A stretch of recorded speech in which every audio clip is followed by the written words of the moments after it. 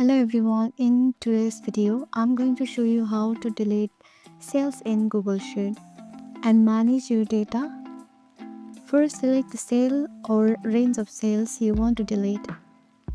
Simply click on one cell or click and drag to highlight multiple cells. Once you have selected the cells, right-click on the selection.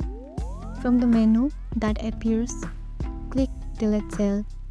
A small pop-up will ask you how you want to sift the surrounding data. You'll see option to either sift left. This moves the cells to the right of your selection to the left. Sift off. This moves the cells below your selection up to the fill the space. Choose whichever option suits your need and click OK.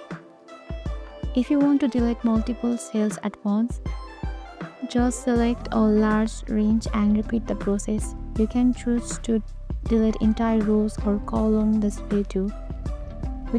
And that's how you delete cells in Google Sheet. If you found this tutorial helpful, give it a thumbs up, subscribe for more tips, and leave a comment.